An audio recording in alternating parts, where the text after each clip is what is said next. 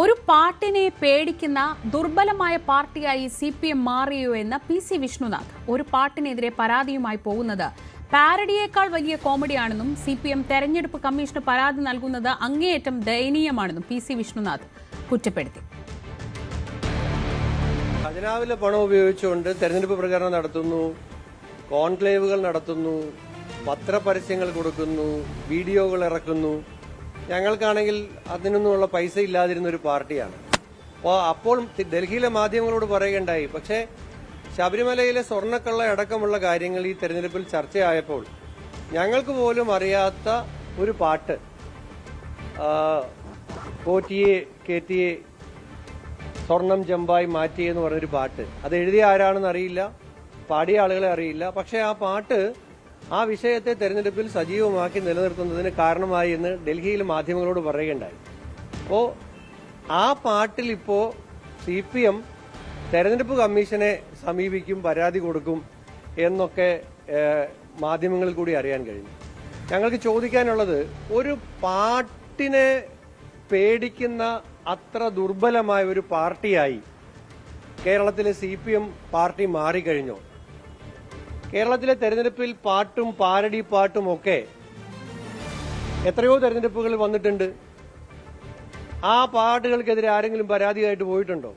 അപ്പോൾ ഈ പാട്ട് സമാനമായ ലീഡർ ശ്രീ K. കരുണാകരൻ മുഖ്യമന്ത്രിയായിരുന്ന സമയത്ത് നാദിർ ഷായും കലാഭവൻ മണിയും ഇത് ഈണത്തിൽ പാരഡി പാട്ട് പാടിയത് ഞാൻ പല മാധ്യമങ്ങളിൽ കൂടിയും കാണാനിടയായി. ഇപ്പോൾ ഞാൻ പറഞ്ഞത്, തെരഞ്ഞെടുപ്പ് കാലത്ത് അങ്ങനെ പാട്ടും പാരഡി പാട്ടുകളൊക്കെ വരാറുണ്ട്. അപ്പോൾ ഈ ഒരു പാരഡി പാട്ടിനെതിരെ പരാതിയുമായി പോകുന്നത് അത് പാരഡിയേക്കാൾ വലിയ കോമഡിയാണ്. ആ കോമഡിയിലേക്കാണ് ഇപ്പോൾ CPM എത്തിയിരിക്കുന്നത്.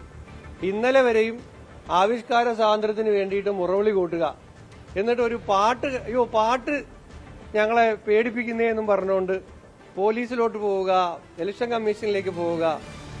ഈ ഒരു അവസ്ഥ അത് അങ്ങേയറ്റം ദയനീയമാണ്. പോറ്റിയെ കേറ്റി എന്ന പാരഡി ഗാനത്തിന്റെ പേരിൽ കോളേജിൽ സംഘർഷം. കാര്യവട്ടം ക്യാമ്പസിലാണ് SFI KSU വിദ്യാർത്ഥികൾ ഏറ്റുമുട്ടിയത്. തദ്ദേശ തെരഞ്ഞെടുപ്പിൽ ജയിച്ച KSU നേതാവിന് സ്വീകരണം നൽകുന്നതിനിടെ പാട്ട് കേൾപ്പിച്ചതുമായി ബന്ധപ്പെട്ടായിരുന്നു തർക്കം.